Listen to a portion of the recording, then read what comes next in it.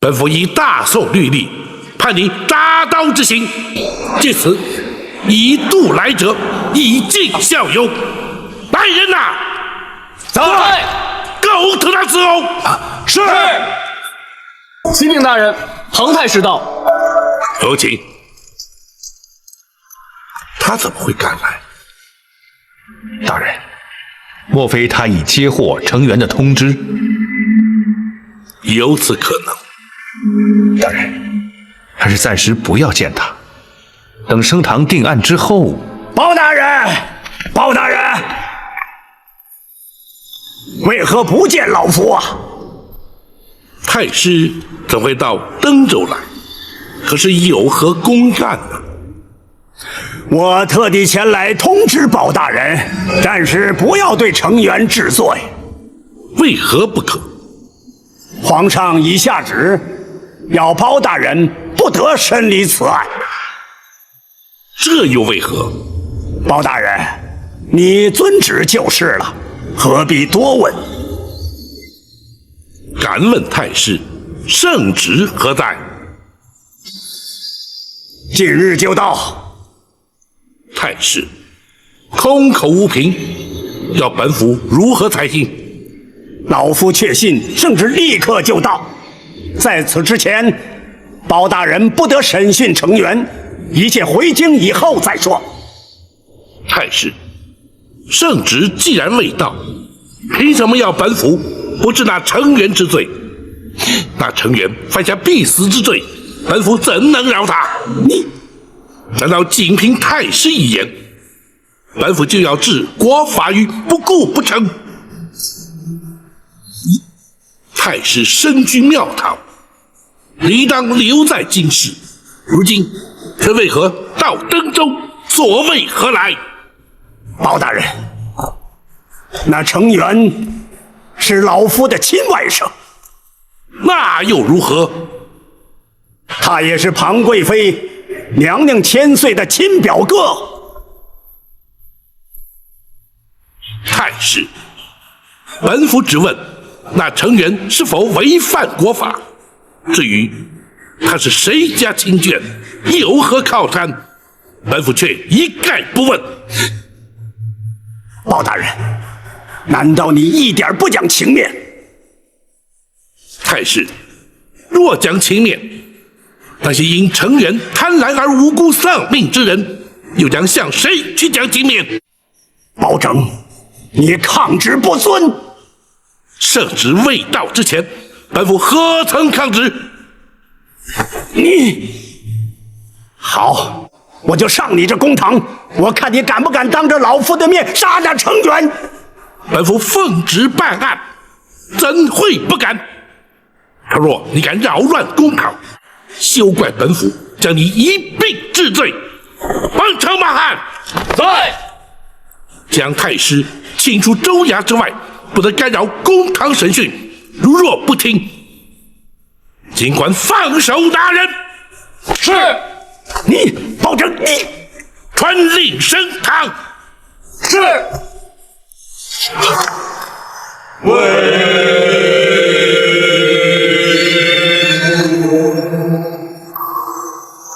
带人犯成员朱刚。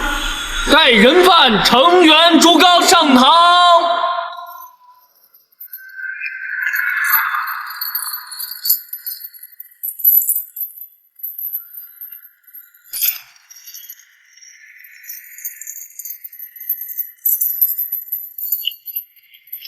跪下，跪下。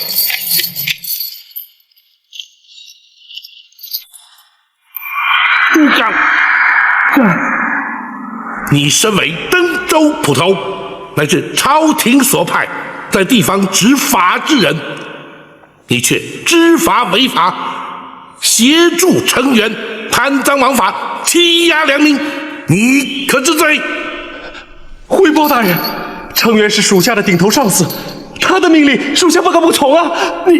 即便如此，你明知他的指令有违国法，就该断然拒绝，或是依法检举，你却狐假虎威，狼狈为奸，甘为帮凶，你还敢狡辩不成？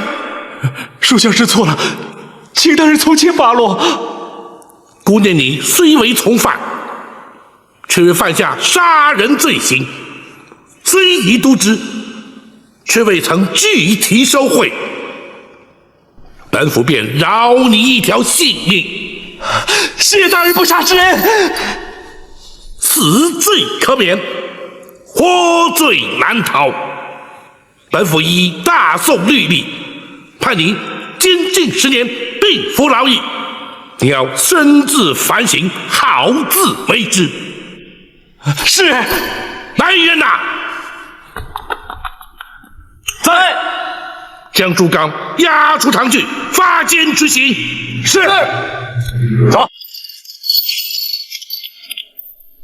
程远，犯官在。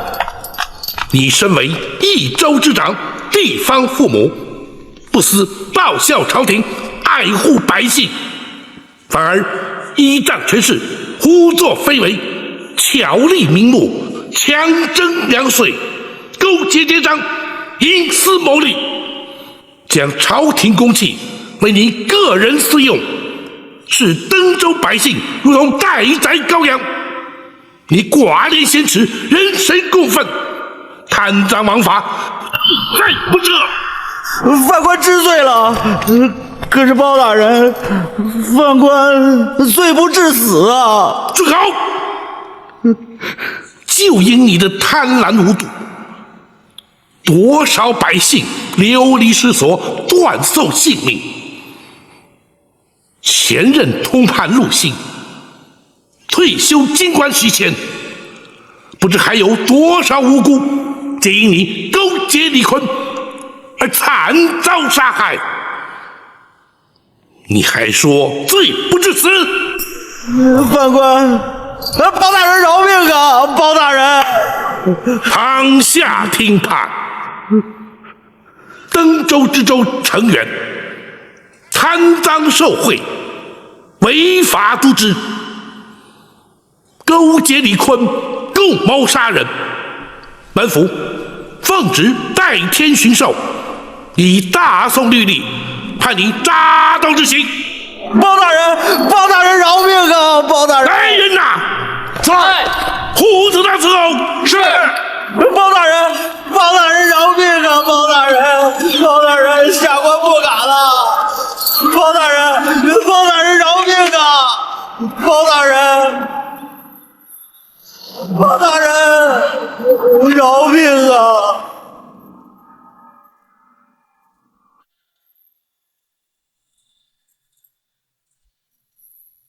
开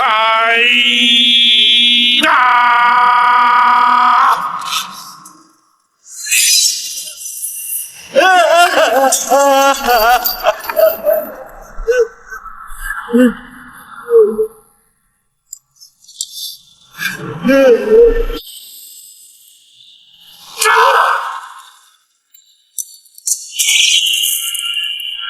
包拯，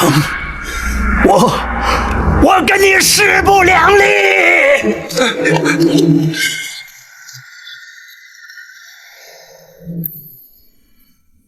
带李坤，带人犯李坤上堂。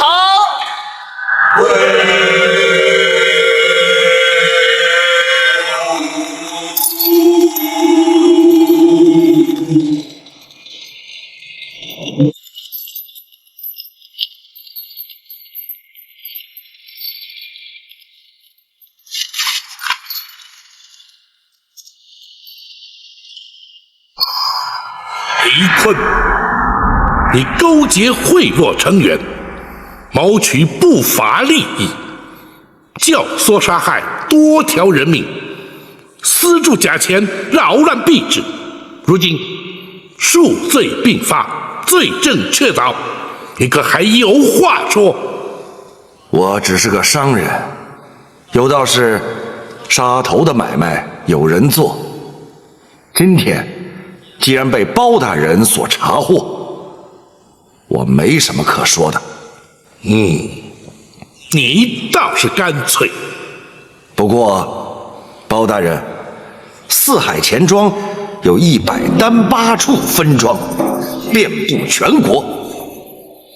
如果杀了我，必会导致前世动荡。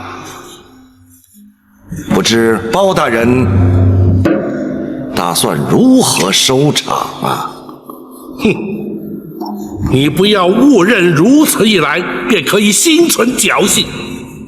朝廷自有整治财经之策，本府自会报请朝廷，以公办交子铺，接手四海钱庄，查清存题汇兑之后，逐一交割，必可平静转手过渡，全然不会引起百姓不安。我倒忘了，包大人曾担任过三司使之职啊。你知道便好。包大人，你可知道，在朝中有不少的人收了我的贿金？本府自会一一清查，依法追诉。哼，这些人白拿了我的好处，可是根本救不了我，绝不能便宜了他们。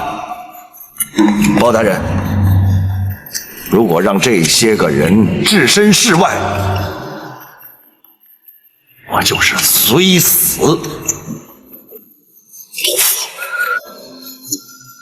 本府也绝不会让他们逍遥法外。堂下听判，李坤，你身为商人，就该将本求利，诚实经营。为谋暴利，你却不惜铤而走险，以身试法。本府若不将你依法治罪，又将如何令天下商贾引以为戒？本府以大宋律例判你铡刀之刑，借此以度来者，以儆效尤。来人呐！在，狗头他伺候。是。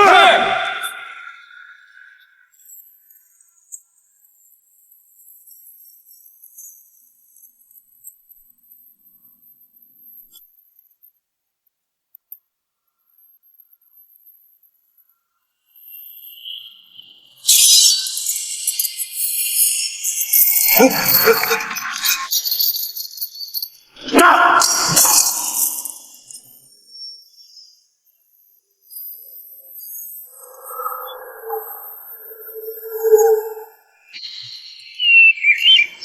总算尘埃落定，全案结束了。只可惜了严冬啊。其实他也没有别的选择，只能够选择自尽身亡这条路。不过他这一死，总算把严家的声望给挽救了。大哥，我可以问你一件事吗？你说。他的那第三刀，我接不下来。那如果我们联手呢？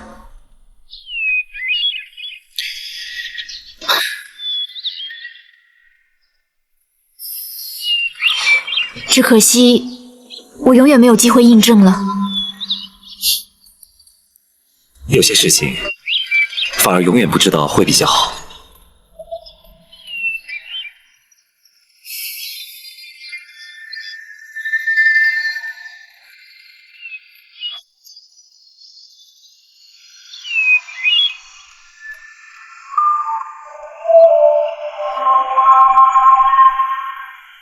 包大人为登州百姓除去大害，老朽党在此替所有百姓向包大人致谢。本府奉旨代天巡狩，惩治贪官污吏，铲除奸商恶霸，乃是职责所在，又怎敢当诸位大人一个谢字呢？包大人推谦了。程元虽已伏法，但仍有诸多善后及州务待办。唐大人年轻时浅，阅历稍欠，还有待诸位大人多加协助，也好让登州尽快纳入正轨常规。有劳诸位前辈了。好说，不过我等年纪均已老迈，若是力有不逮之处，还请包大人、唐大人见谅。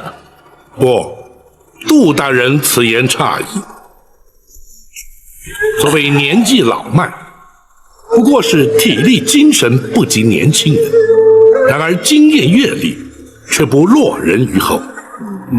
唯有曾经在朝中效命过的前辈先进，秉持老而弥坚、退而不休之念，继续贡献心力，那才是朝廷之幸，百姓之福啊！是啊，是。如今全案已破，明日本府即将启程回京，本府就不一一向诸位大人辞行了。老朽恭送包大人。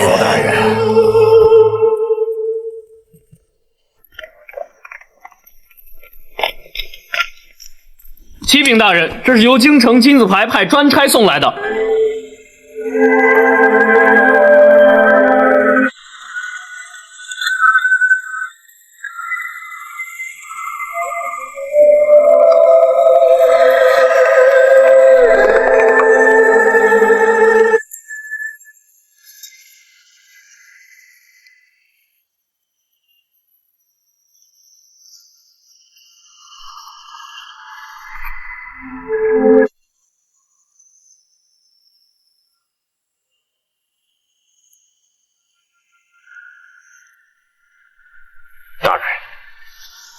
难道庞太师说的是真的？圣旨的确不让大人省成员？那怎么办？成员已经被处死，圣旨现在才到，大人打算如何向圣上交代啊？无妨，本府原本就打算回京，将那些收受李坤贿赂的官员一一揪出，如今只是必须尽快出发罢了。我们明日一早出发。是。明日之后，这登州城就全靠你自己了。是，门生会全力以赴。本府会尽快上报朝廷，速派新任知州。你也要依照通判规制，将这段期间所发生的点点滴滴巨细靡遗的向皇上呈奏，本府顺道带回京城。门生会连夜书写完毕。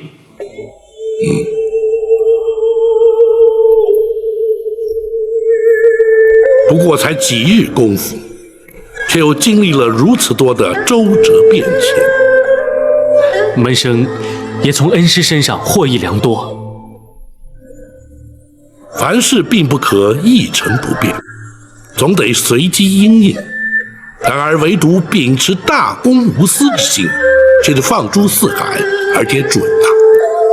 门生谨记恩师教诲。大人明日又要车马劳顿了，还是早些就寝，也好养足精力。好吧，你们聊，本府先回房歇息。门生恭送恩师。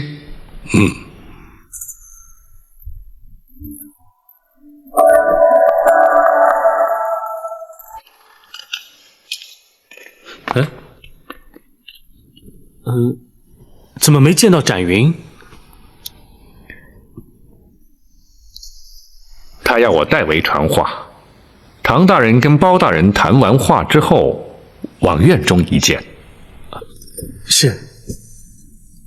去吧，他想跟你私行。那么，我就去了。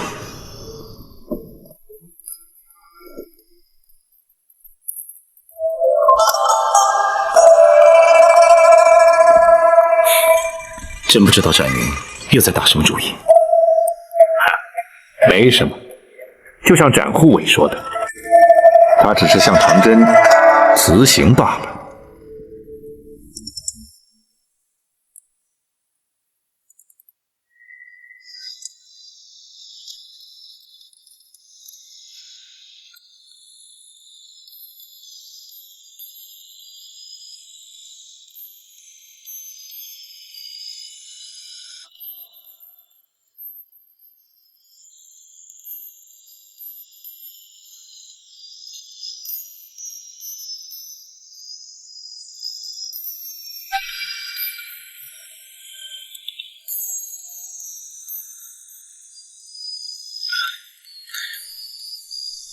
展云，你和包大人说完话了？是。明天我就要走了。我知道。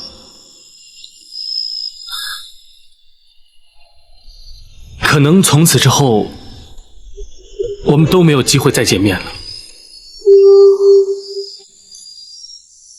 那也不一定啊。如果包大人来参加你的喜宴，说不定我也会来，你说好吗？展云，你不要担心我，我说过会把你当做朋友的。谢谢你。如果你真的来的话，相信我会很高兴。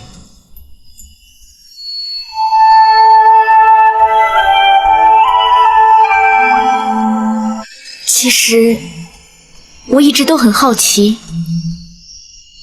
如果你没有定亲的话，我会在你向我表示之前，已经向你表示。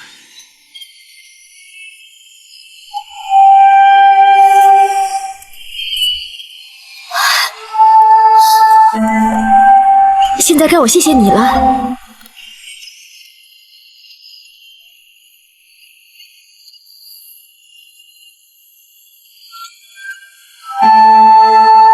父母之命，媒妁之言。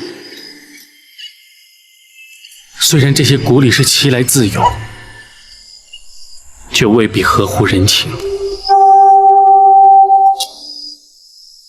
可惜我们身在这样的环境，也只能认命了。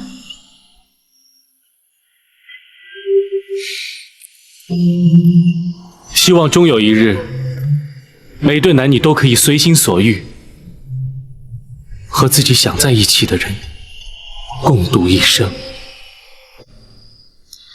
那么他们比我们来说就幸运多了，是吗？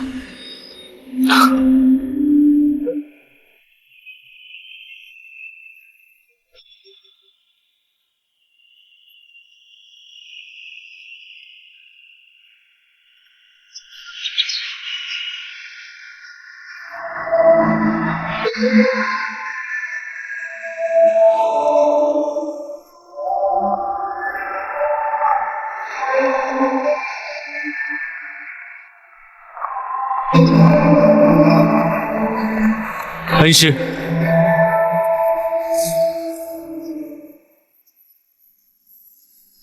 门生恭祝恩师返京路上一路顺风。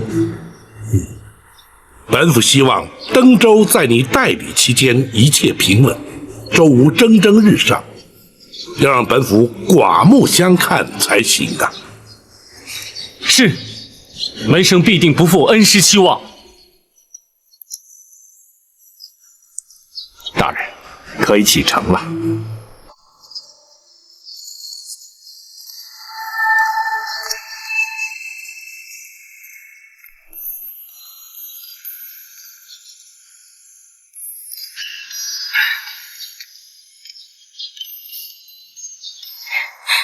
别的我也不多说了，我相信你一定会是个好通判，将来会是朝廷的好支柱，老百姓的好父母官。谢谢你，我不会让你失望。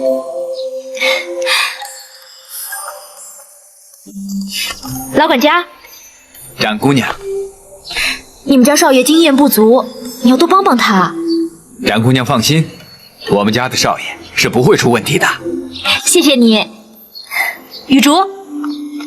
张姑娘，雨竹还能再见到你吗？当然会啊，你们家少爷成亲的时候啊，我一定会来，到时候我们不就见面了吗？展姑娘，我们随时欢迎你来呀。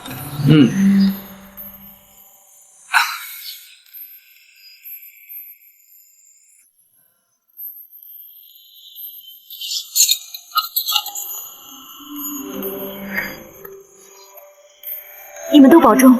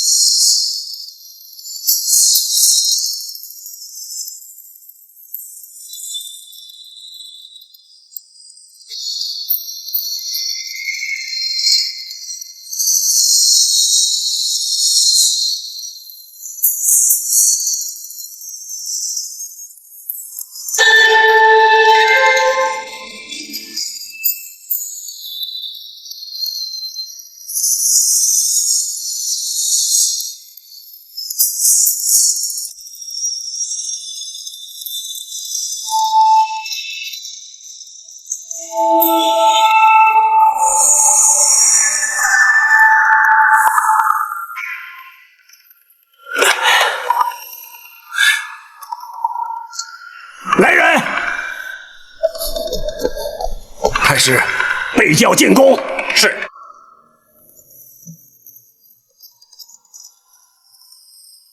什么？包大人把程元给杀了？是啊，我再三恳求他刀下留人，可他就是不肯。可是皇上已经答应我了，圣旨已经颁了呀。我已经告诉他，皇上已经下旨，不让他审程元，要他等候圣旨。可他反而立即将陈元处死。他既然存心抗旨，我也无力阻拦呐。他也太跋扈了。难道他不知道程元是我的表哥？他当然知道，可是如何？哎，女儿啊，你不知道也罢呀。爹，有什么不能说的？我就是想要知道包拯他是什么意思。好吧，看来呀，爹不说不行了。包拯根本认为我们庞家的人是权仗着皇上的恩宠而胡作非为。什么？女儿啊，算了吧。包拯深受皇上重用，不但代天巡狩，而且还有先斩后奏之权。我们庞家的人是斗不过他的。女儿啊，忍一忍吧。哼，我凭什么要忍？庞家凭什么要忍他欺负？爹，我现在就去面见皇上，请皇上替我们做主。不，千万不能这样做。你现在禀报了皇上，势必得罪了包拯，后果不堪设想啊！哼，我就不信皇上会向着他。哎，女儿，女儿，女儿，女儿。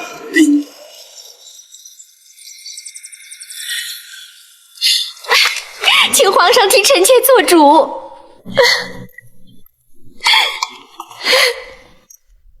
爱妃，快起来！究竟发生什么事？皇上，包大人还是将程元给斩了。什么？难道他没有接到朕的旨意？回皇上，老臣是以紧急军情的金字牌送往登州。包大人应该接到圣旨才对呀。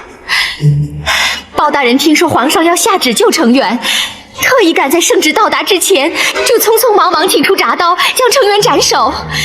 他这根本就是存心想违抗皇上的旨意。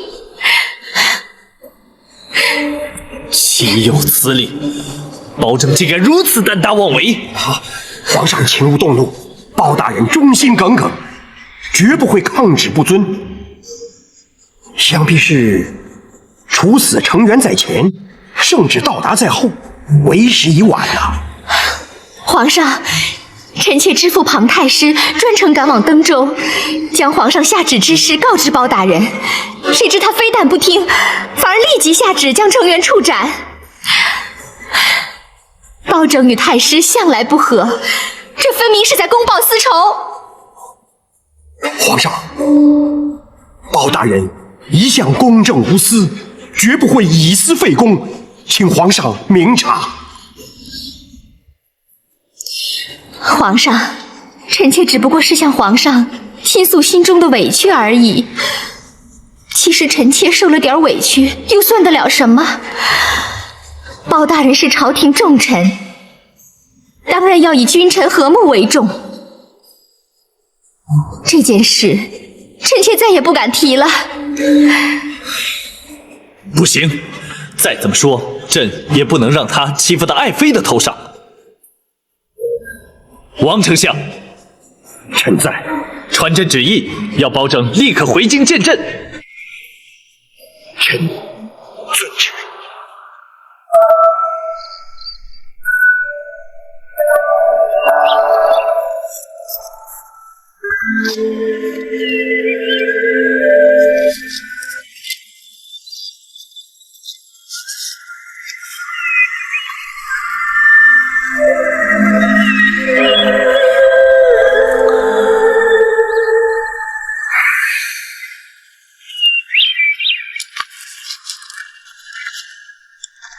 大人还在为回京之事感到不安。成元之死，势必让庞太师心生不甘。倘若他煽动庞贵妃向皇上进谗言，大人，请恕学生多言。大人前往登州查办通判一案，乃是圣上的旨意。如今查明真相，依法处置，皇上又岂会对大人有所责罚呢？公孙先生有所不知，登州查案虽是皇上所派，但将成元处斩，却不在原定计划之内。皇上降旨阻止本府审讯成元，便是为此缘故。大人是担心皇上会因此而降罪？这些年来，常因据理力争而触犯圣怒，遭皇上降罪贬黜，更是不计其数。本府又岂会在意？怕的是，若不能将那些收受李坤贿赂的官员绳之以法，让他们逍遥法外，本府岂不是有愧之首？大人，到现在，大人还惦记着维护国法，端正朝纲啊！识君之路，忠君之事，本府又岂能不朝思暮想，随时惦记啊？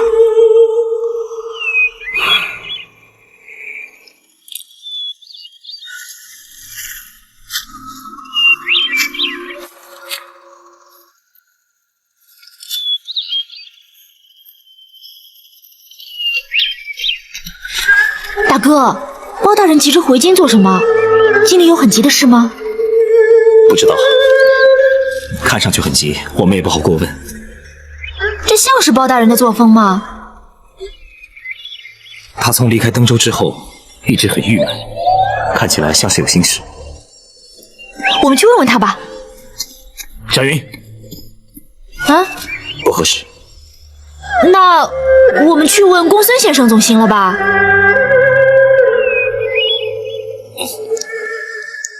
就是这么回事。大人要我告诉你们，好让你们心中有个准备。原来如此，难怪大人看起来心事重重的样子。哼，如果皇上听信谗言，我就……翟云，朝廷的事你不懂，不要瞎说。好了，大家不必心急，我相信大人自有对策。回京之后再说吧。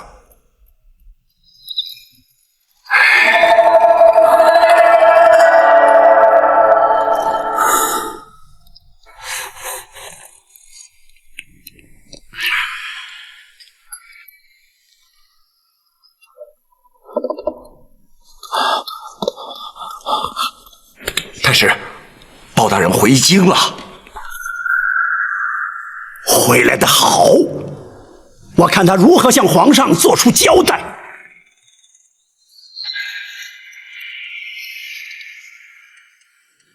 包大人一路辛苦了。包拯才回京城，相爷就专程来访，包拯实不敢当。老夫前来看你，当然是多日未见的缘故。可是还有一事，老夫却不能不来呀。相爷请讲。皇上要包大人一回京城就进宫面圣。包拯正该将奉旨前往登州查办通判无端身亡一案禀奏皇上，这是该立刻进宫面圣。包大人还是应该要预做准备呀，以免见了皇上。相爷指的是关于成元之死，皇上是颇为震怒啊。想必是庞娘娘在皇上面前说了些什么。一点都没错。包大人，你明知那成员和娘娘父女的关系，为什么一定要得罪他们呢？相爷，包拯从未存心得罪任何人，却也无惧于得罪任何人。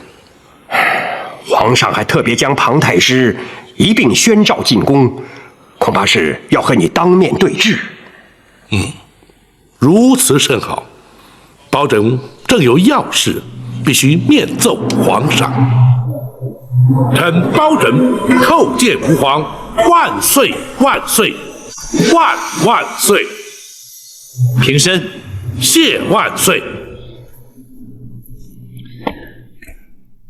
朕特意屏退左右，你我君臣四人当面把话说清楚。包拯，臣在。你明知道朕已下旨，不准你再审成员，你为何不听？难道你真敢抗旨？回皇上，臣审讯处斩陈元之时，并未接获正旨。包大人，老夫明明当面通知你，圣旨将到，你却置之不理，这不是存心抗旨又是什么？不错，朕要听听你又作何解释。回皇上，庞太师位列三公，既非专司专责，更非传旨太监。包拯岂能将他的一面之词奉若圣旨？倘若人人皆可以宣称代传圣旨，岂不因此而天下大乱？朝廷体制又将何存？皇上，包大人所言极是啊。即便是皇上的口谕，也有专责之人，并非是人人皆可代传呐。就算如此，你也明知道那成员是庞贵妃的亲眷，难道就不能暂缓行刑？皇上，包大人根本不顾及娘娘的情面。不错，太师所言不差，包拯当时的确未顾及娘娘。包拯，皇上，包大人想必不是此意，请皇上息怒。皇上，臣奉旨出京代天巡狩，在登州之时，包拯眼中看见的是贪赃枉法、残害百姓的登州知州成员，却未见任何人的亲眷。倘若皇亲国戚，便可脱罪免责。皇上要包拯何用？大宋朝廷要国法何用？倘若果真如此，包拯立即罢官退隐，远离朝政，也免得妨碍了皇家亲眷。朕并非私心袒护，难道那成员果真犯下不可饶恕的必死之罪？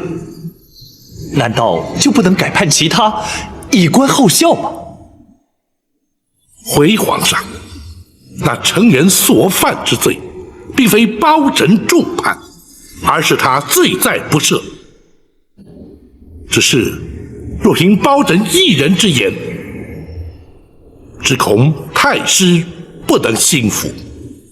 不错，包拯的确难脱公报私仇之嫌。对包拯并无私仇可言。现有皇上钦派登州通判唐真手书奏折，他在登州的所见所闻尽载其中，请皇上御览自评。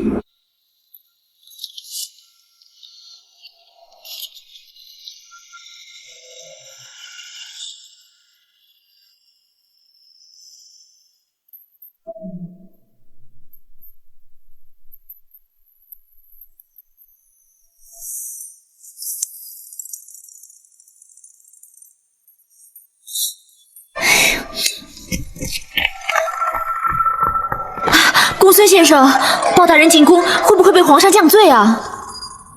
这很难说，这要看皇上究竟是讲理还是徇私。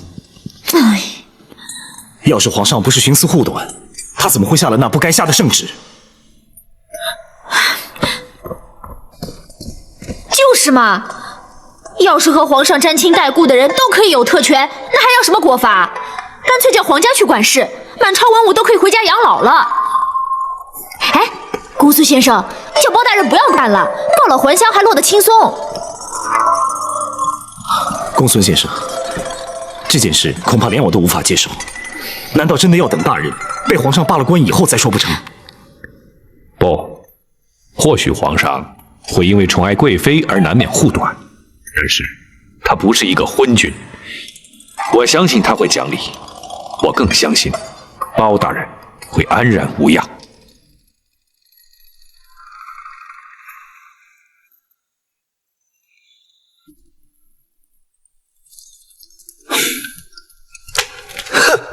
好大胆的成员，他的确该杀。皇上，庞吉，你要贵妃向朕诉苦，让朕下了一道不该下的圣旨。若不是在登州的是包青，你险些让朕变成了一个不明事理的昏君。臣罪该万死。幸亏包青坚持，朕才没有铸成大错。你还不向包大人认错？这怎么？你不肯？老臣不敢，老臣遵旨。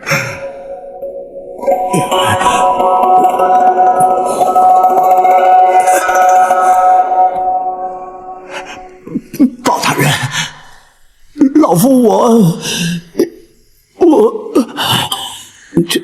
太师护生心切，在所难免。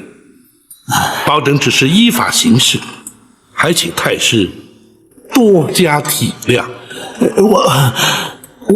我这……好，二位能够尽释前嫌，的确是可喜可贺呀。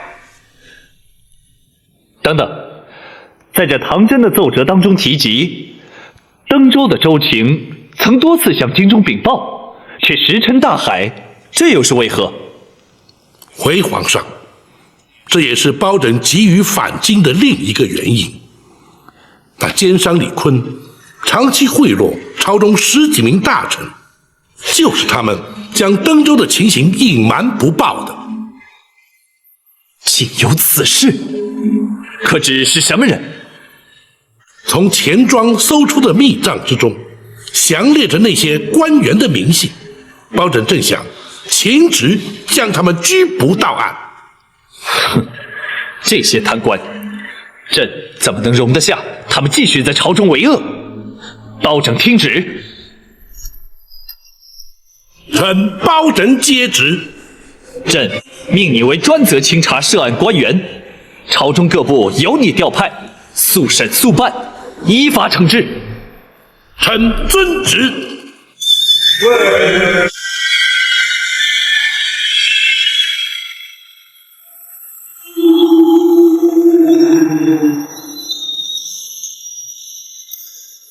带人犯，带人犯！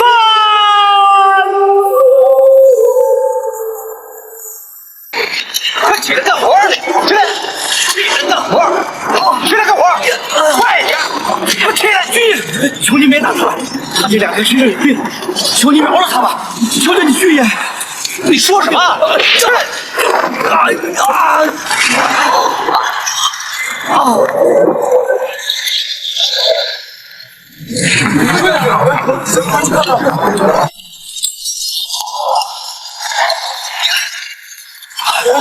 烈火导员，兄弟，醒醒，兄弟，怎么了，兄弟？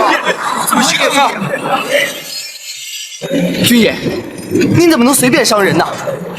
人家都已经这样了，还怎么干活啊？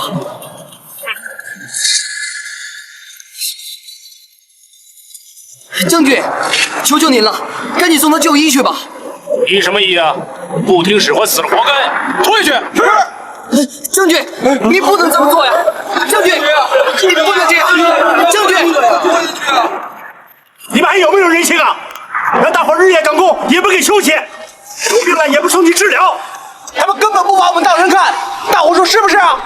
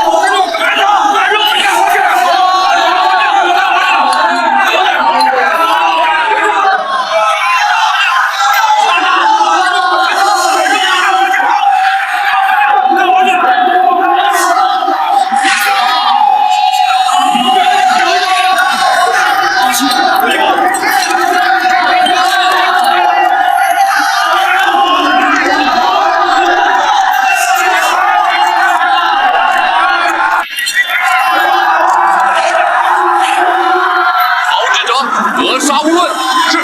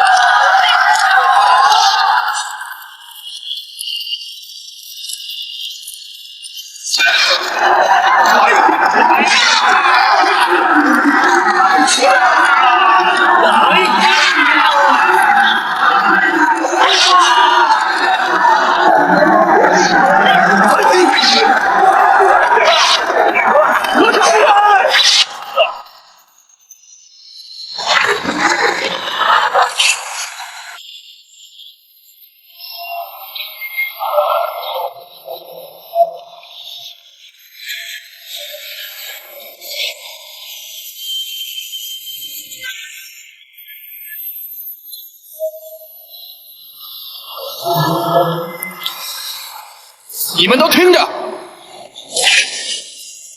这就是逃跑的下场。谁要胆敢煽动逃跑，格杀勿论。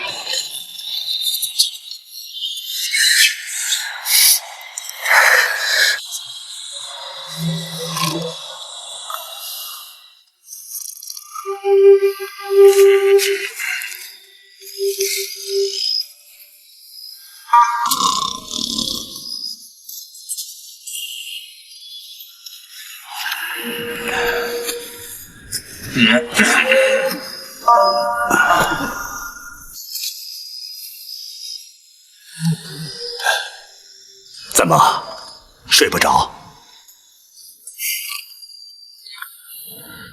这半年多来，我就没睡好过。哎，还是得睡啊，否则明天哪来的力气干活啊？哎，你们怎么也不睡啊？只有在这个时候，才感觉自己还活着。我实在舍不得睡啊。你被关进来才1个多月吧？是啊，我不过偷了10个铜板，就把我抓来做苦工，这样的惩罚实在太重了。你呢？我跟人打架，你打死人了？没有，就是轻伤。那他们很快会把你放出去的。谁说的？我在这里关了3年，只看见有人进来，没看见有人放出去。啊？什么？只要矿脉没有挖断，这座金矿至少可以开采10几年。你呀，最好早点习惯这种日子。那总不能把我们在这儿关一辈子吧？我受不了了，这样的惩罚太大了。我的罪不重，不像你。我怎么了？啊？不管怎么说，你们都是罪犯。我呢？我根本就是他们招进来的矿工，我什么罪也没犯。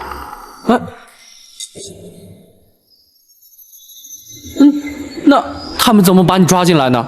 我怎么知道？只知道从进来那天起，到现在就没下过山。因为这是一座私矿，他们怕偷采金矿的事被传出去。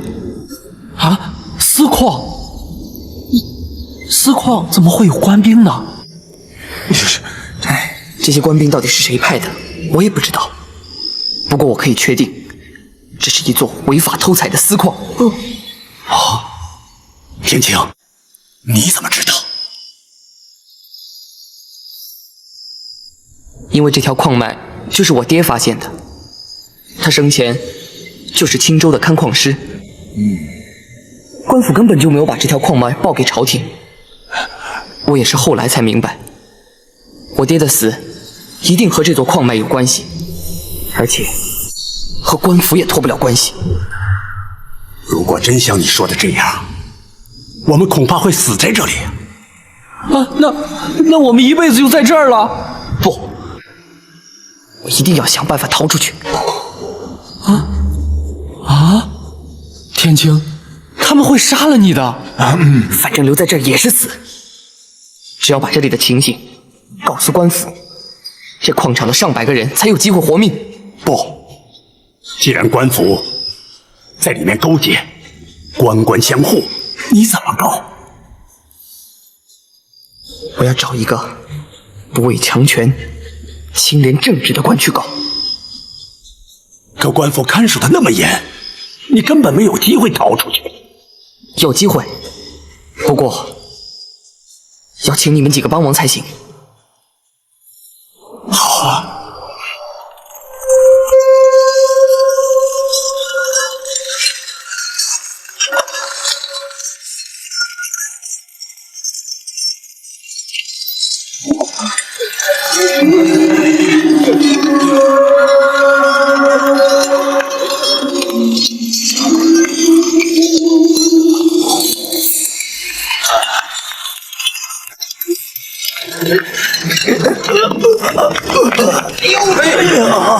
怎么干什么呀？你站出来，你知道不知道？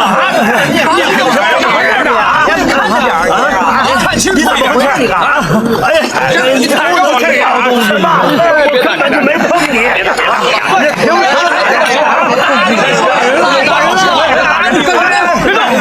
住手！住手！不让分打人，他打我！打人了！打人了！打人了！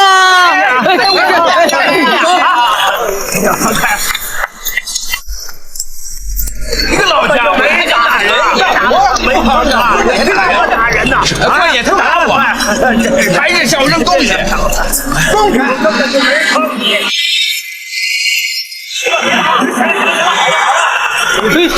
打人了！哎呀！哎呀！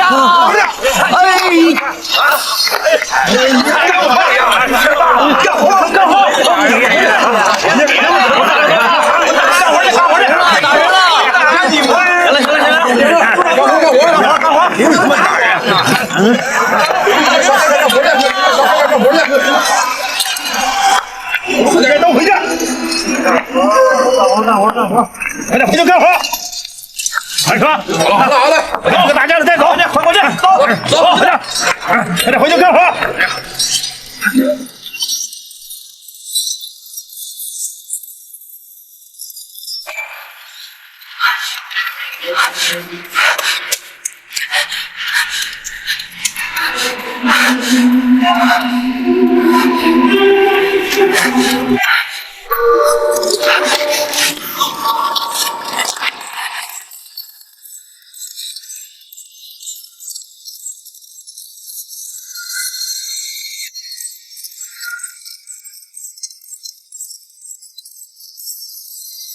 有没有人下山？没有。有看牢了。如果有人下山，绝不能让他跑了。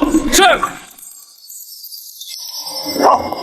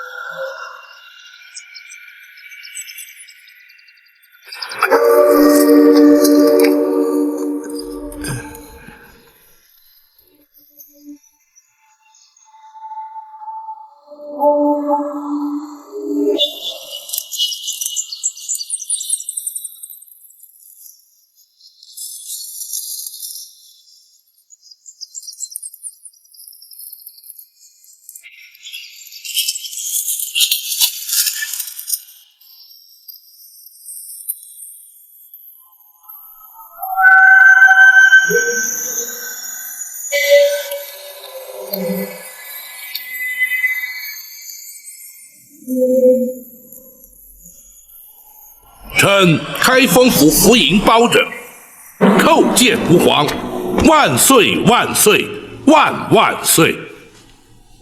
包卿平身，谢万岁。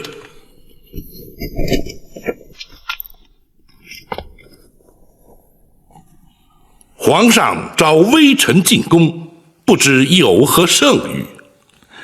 朕有差事需要人去办，却始终难寻合适人选。几经斟酌，还是王丞相提议的好，只有包卿前去才是最合适不过，故而宣你入宫，当面说明。包大人休怪老夫啊，这个人选的确非包大人不可。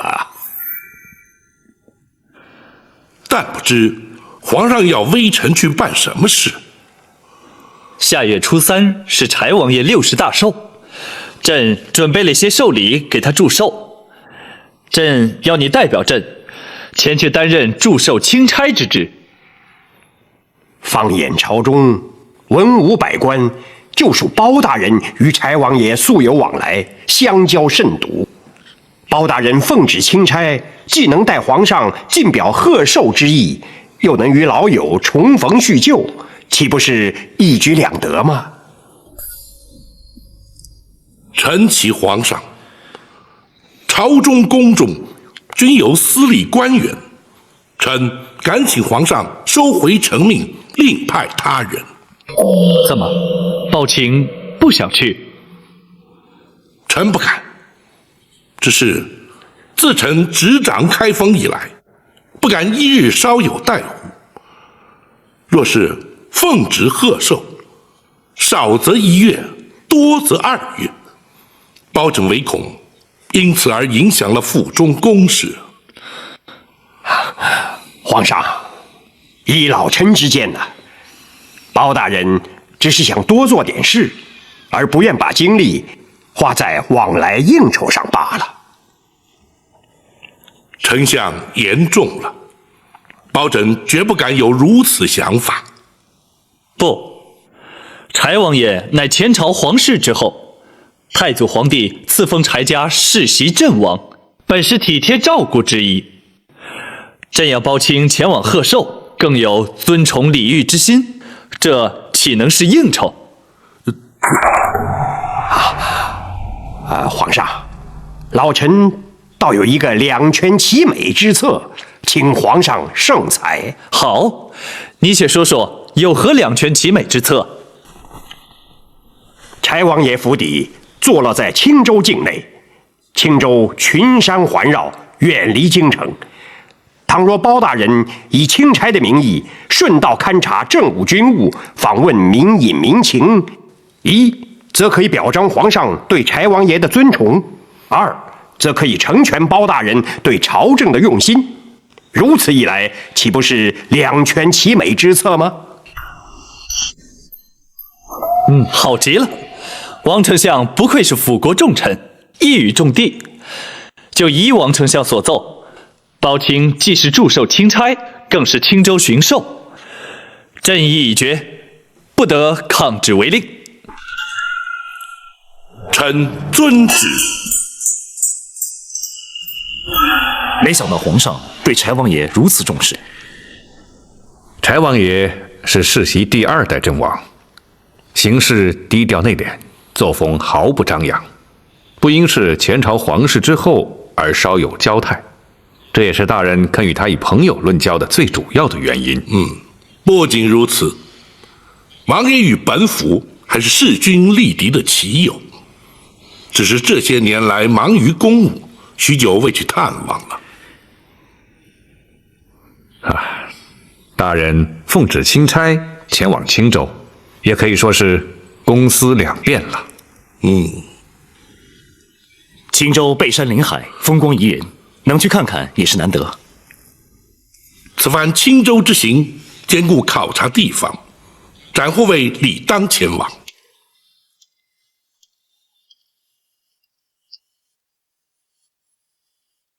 大人，有人击鼓鸣冤。王朝马汉张龙赵虎，属下在，传令升堂。是。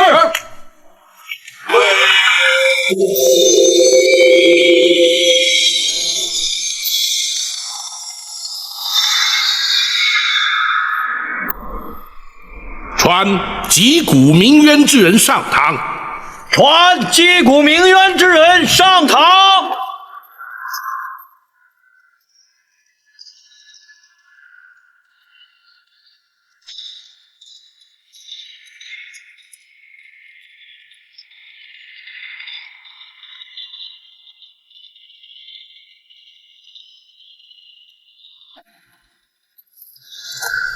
包大人，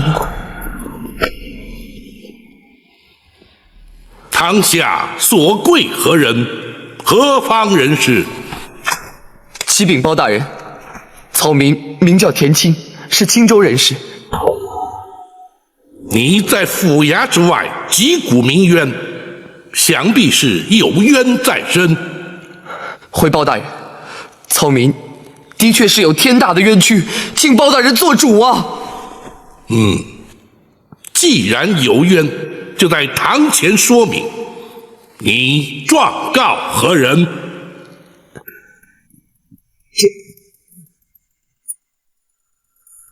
草民不知道。岂有此理！既然不知状告何人，又何来冤情？回大人，草民的确是有冤呐，请包大人明察。你且说来，有何冤情？所告何事？半年之前，草民被人蒙住双眼，绑上山去强迫采矿。半年当中，没有离开矿场一步，夜里还被关押囚禁。草民是拼着一死才逃出来的呀！竟有此等事！那关押你的又是什么人？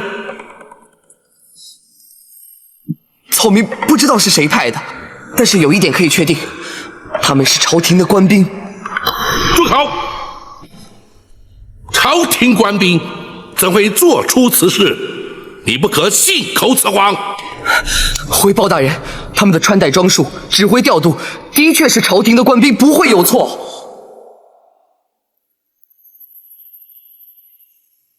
你是在何处被抓上山的？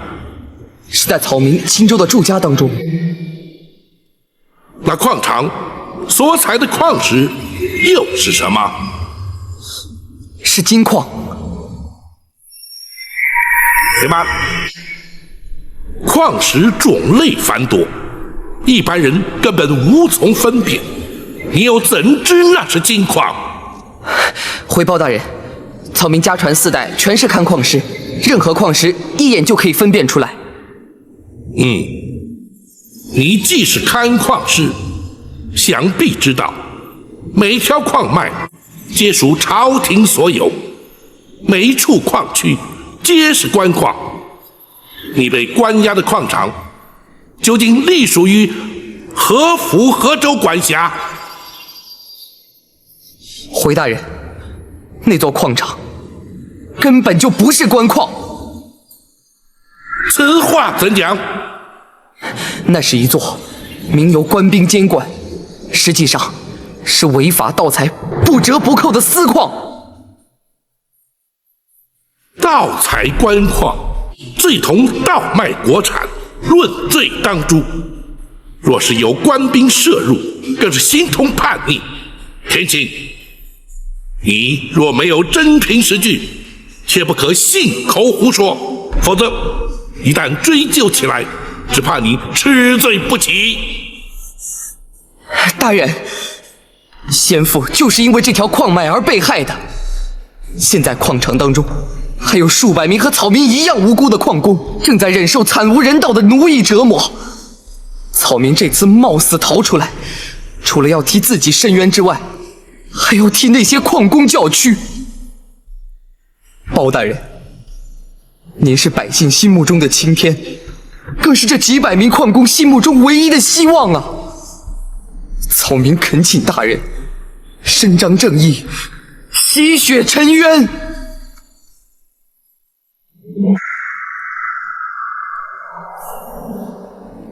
好，本案虽有诸多疑点有待厘清，本府却可应承于你。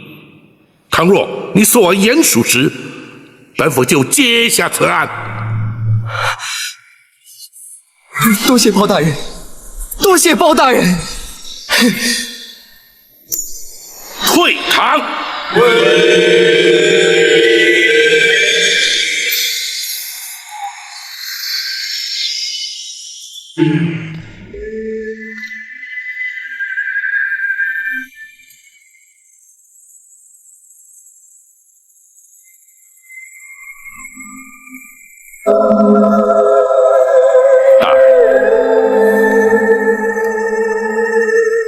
张龙、赵虎正在招呼田青梳洗换装，学生也大致替他检查过，除了由山沟跌落之时所受的筋骨挫伤之外，并无大碍，只是身体颇为虚弱，还有多处旧伤。想是在矿场之中食不果腹，劳累过度所致，甚至还可能曾遭官兵殴打折磨。大人可相信田青说的都是事实吗？他没有必要说谎。至于究竟是真是假，当然还得再做印证。万一真有此事，本府又岂能不闻不问？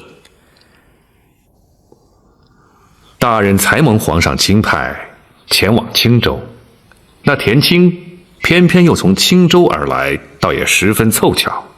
大人可以顺道兼办此案。本府还有话要问他，等问过之后再做定论不迟。公孙先生可先将田青在公堂所说转述于展护卫，请他稍后同往花厅，也好深入全案之中。是。草民跌落山沟之后昏迷不醒，是一位樵夫大哥把我背出了山区。可是等我清醒之后，他大概是怕惹上麻烦，立刻就走得无影无踪了。所以草民确实不知道矿场究竟在何处。你且再说下去。3年之前，青州官府委派我爹去勘察一处矿脉，他所勘察出来的的确是一座金矿，可是官府却不接受勘探的结果，因此并没有上报朝廷。且慢，此事与你所谓的冤屈又有何关联？草民被关在山上所开采的，就是同一座金矿。你既然不知身在何处，又怎知是同一座？从我清醒的地方估算，那座矿场应该离青州城不超过20里，和我爹当年勘矿的地方差不多。而且我见过我爹采集的矿石样本，和我所在的矿区的矿石完全相同。你父子既然同为勘矿师，为何却没有同行？大人，勘矿师的行规，即使亲如父子，也不能透露矿脉之所在。你爹又是如何亡故的？回大人，我爹勘出矿脉之后不久，草民应邀去河北勘矿，直到半年之前才回来。当时官府跟我说，我爹是在山上工作的时候，不幸失足身亡，什么都没有留下。之后草民就被绑上山了。如此说来，你既不知道矿场在何处，更不知道是何人所为，如何才能证实是否真有此事？我没有说谎，可以到青州城外20里的山区去查，查到了矿场就可以证明了。青州群山环绕，绵延数十里，根本不可能去逐一查清。包大人，我说的的确句句属实啊，包大人。好了，田青，你不要激动，本府会依照你所言一一求证。倘若真有此事，本府定会查个水落石出。谢包大人。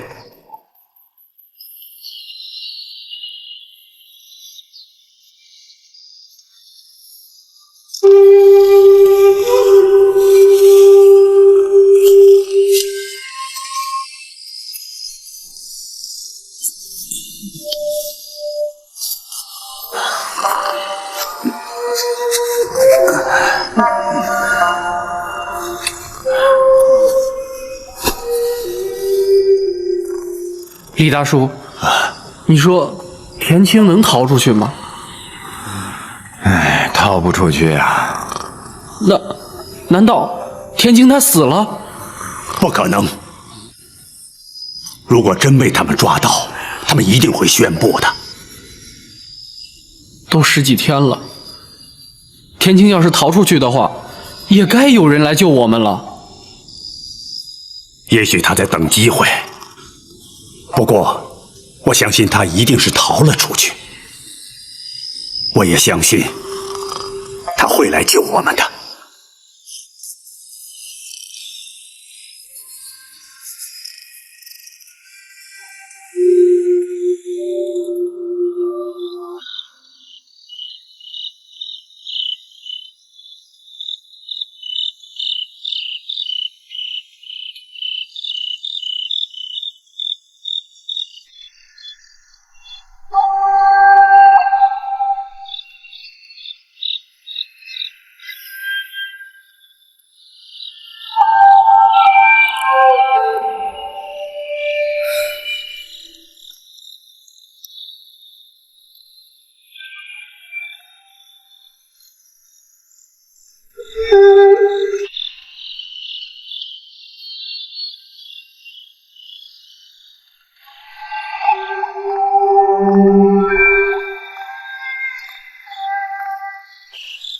怎么，睡不着？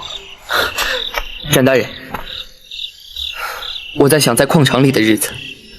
我记得那个时候，我每天夜里隔着栅栏望着天空，不知道什么时候才能够重见天日。现在你总算逃出来了，不用再受那种折磨。可是那些和我同样命运的人还关在山上，我心里明白，他们有多么渴望自由。你放心，包大人一定会把他们通通救出来的。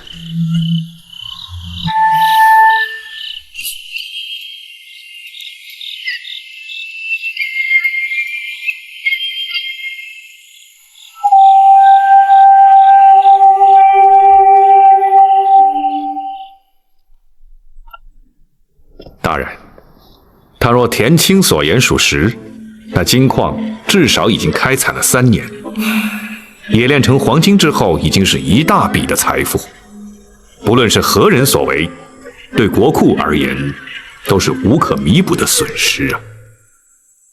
本府所想还不仅如此，这3年之中，不知有多少无辜丧失性命，多少家庭骨肉分散，家破人亡。倘若不能尽快追查明白，更不知还有多少人遭殃。是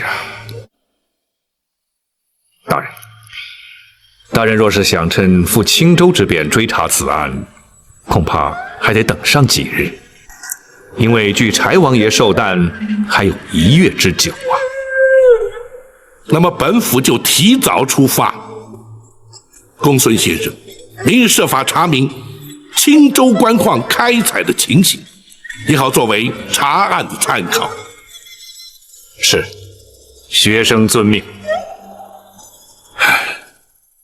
对那些惨遭奴役的矿工而言，在山上多待1日，便要多受1日之苦；少待1日，则可少受1日折磨。本府明日就进宫面圣，提前出京。怎么，包青打算提前出京？臣启皇上，青州路途遥远，车行不速，臣又肩负查看青州军务政务重责，若不提前出京，恐会迟了柴王爷寿诞之期。臣敢请皇上恩准。王丞相，如今你可对朕由衷的佩服了。皇上圣明，老臣佩服的五体投地呀！臣愚昧，敢问皇上因何发笑？相爷又何故佩服啊？王丞相，你且说与包青听听。臣遵旨。包大人，皇上和老夫打赌，说是包大人为了视察青州的军政民情，必定会耐不住性子，请旨提前出京。果然被皇上一语料中啊！包青，朕可是对你知之甚深了吧？臣惭愧，但不知皇上是否恩准？准，朕当然准。包青宫中体国，负责尽职，朕欣慰，忧且不及，怎能不准啊？柴王爷的寿礼，朕都已备齐，包青打算何时出京啊？寿礼既已齐备，臣打算明日就出京。好，寿礼和礼单，朕会派人送往开封府。至于随寿礼去的人，就要包青妥善照顾了。皇上还派了礼官同行啊！由包大人亲自押送寿礼前往青州，何须再派礼官呢？皇上说的是宫中的私要女官呐。柴王爷长子柴玉，包青总该知道吧？皇上是说，日后承袭第3代阵亡的备位小王爷？不错，那柴玉深受柴王爷疼爱，可惜患有心痛之病，重因束手。朕派出的私要女官随你同去荆州，若能治好柴玉的病，岂不是最贵重的寿礼吗？原来如此。臣与柴王爷相交多年，却竟不知小王爷身染此症，实在令包拯惭愧。包大人不必介怀，柴王爷从未对外透露过柴玉患病之事，就连皇上也是近日才得知的。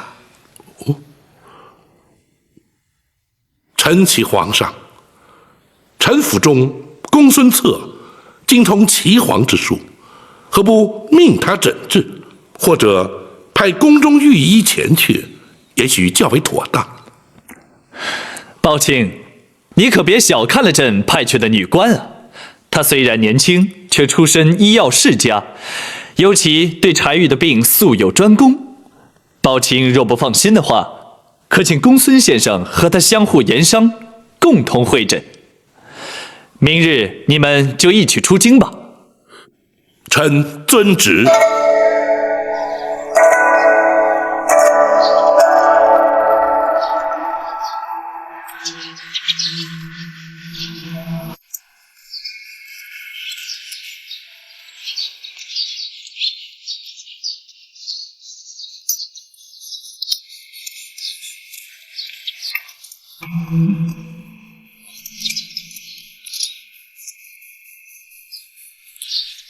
行了，明日出京之后，你就是大人的随行士兵，就算回到青州，也不怕被人给认出来。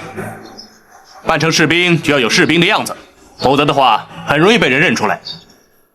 回到青州以后，大人特别交代，绝对不能自由外出活动。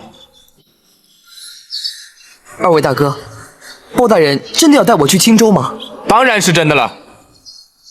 包大人真的可以为我洗刷冤屈，能够把那些盗采金矿的人抓捕归案吗？你放心，我们跟随大人这么多年，还没有他破不了的案，也没有一个罪犯能够逍遥法外。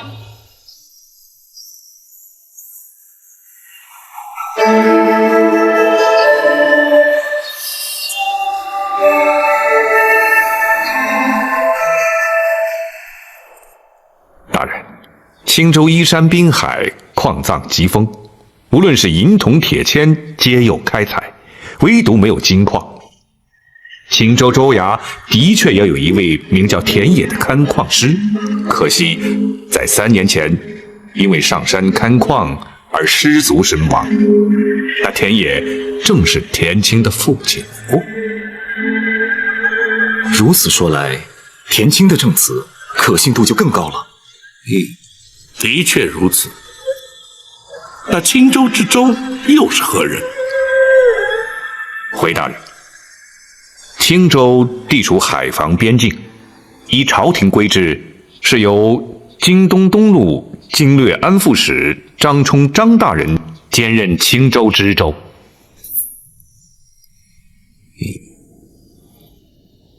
倘若那田青所言不虚，张冲与此案难脱干系，且待抵达青州之后，再逐步查访。展护卫在。此番前去青州，可以分头查访。入城之后，展护卫在市井之中要多做探访，也好查明虚实。属下明白。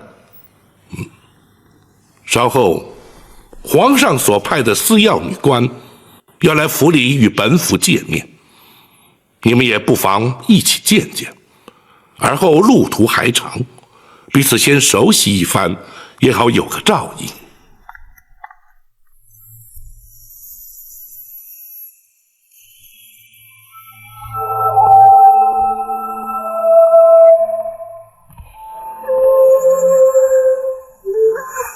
婉儿见过包大人。免礼。谢包大人。这位是展昭展护卫。啊，南侠展昭名震江湖，婉儿早已慕名许久了。好说，婉儿姑娘见笑了。在下公孙策。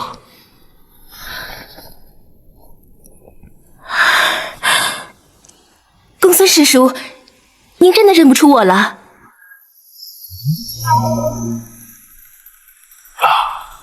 你是？婉儿和师叔一样是复姓，慕容婉儿。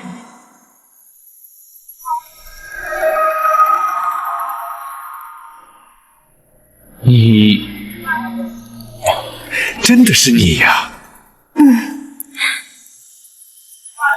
怎么，公孙先生与婉儿姑娘是旧识啊？大人，婉儿是学生师兄之女，师兄英年早逝，学生遍寻婉儿不着，没想到竟能在此相见。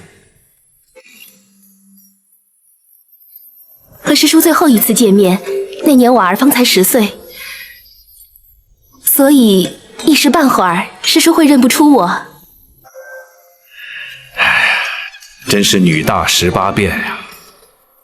昔日的黄毛小丫头，如今出落的亭亭玉立了。师叔啊，您就不要再取笑我了，否则包大人会笑话您在倚老卖老了。好极了！本府原本担心青州之行，婉儿姑娘会觉得不自在。如今彼此既然有如此渊源，公孙先生可要多加照顾才是啊。学生自当尽心尽力，照顾故人之好。好，婉儿姑娘。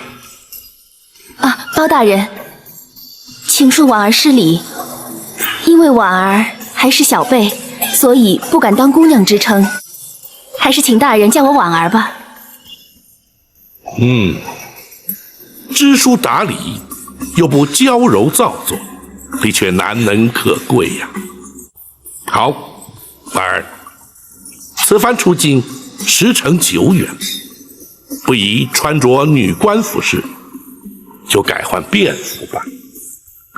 婉儿明白。明日一早随本府启程出京。是。